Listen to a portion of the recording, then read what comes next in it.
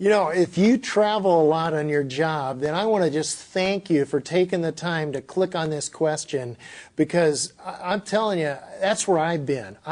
For example, I'm a 3 million miler with American Airlines, all domestic. Now, add up the legs that it takes to do 3 million all domestic just on that one airline. I'm on a lot of other ones, and what you'll see is you know, I've spent a lot of nights in hotels, and yet, how do you have a strong family when you're traveling a lot? Well, I can remember one time I was working for a company, and I was with a guy, and I noticed it had been about several days. I never saw him really making any contact using his phone calling home, and I asked him, I go, have you checked in? Do they know you're doing okay? And I'll never forget this guy saying to me, well, you know, it's only 3 days, and when I get back, you know, they know I'm fine. If there something was wrong, people would get word to him, so I don't need to call him.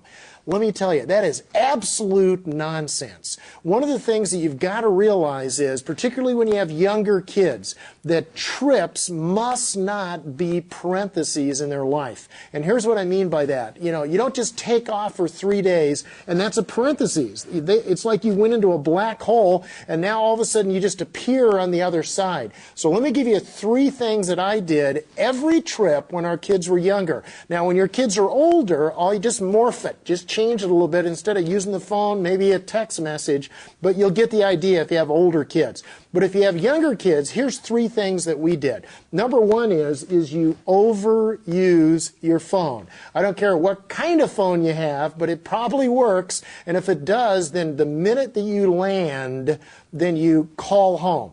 Right when you land. So number 1, they know you made it.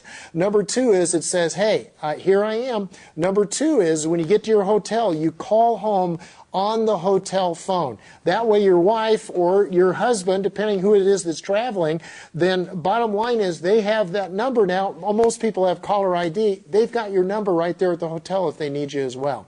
Then at night, every night, I would call home and talk to each kid individually. Now, if they were asleep, then what I did was I checked the time zone, so that unless I was on a plane, I made the point every time to call them and contact them. And I know some of you may be going, oh, that's overkill. They don't need to hear it. Are you kidding? They do. And here's the other thing that I would do. You know, everybody has these really cool placemats. You know, this one's a Thanksgiving kind of a placemat.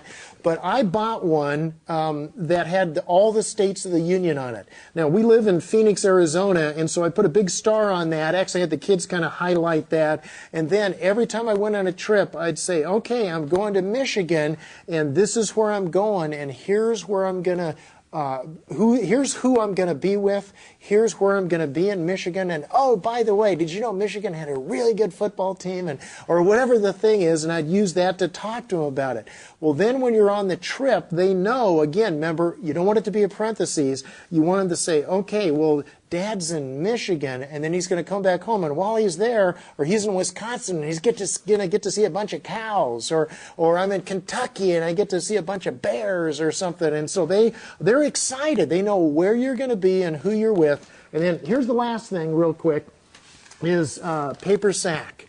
Here's what you do. You fill it, a paper sack for each kid when it's a trip longer than 2 days. Now, if it's only 2 days, use the phone, use the placemat, make sure they know where you're at, call it home. But if it's longer than 2 days, then what I would do is I'd fill a bag for each kid. And if you have 6 kids, tough. Do one for each kid. I mean, you had them, so you need to bless them and encourage them.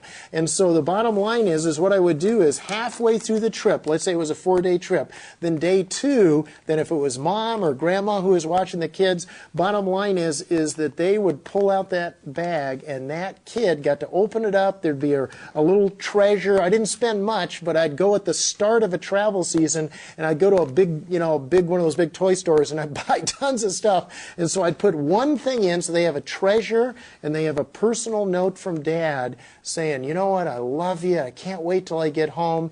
It's day, whatever it is, day 2 or day 3, and guess what? I'm with these people, and so thanks for praying for me, and I'm praying for you.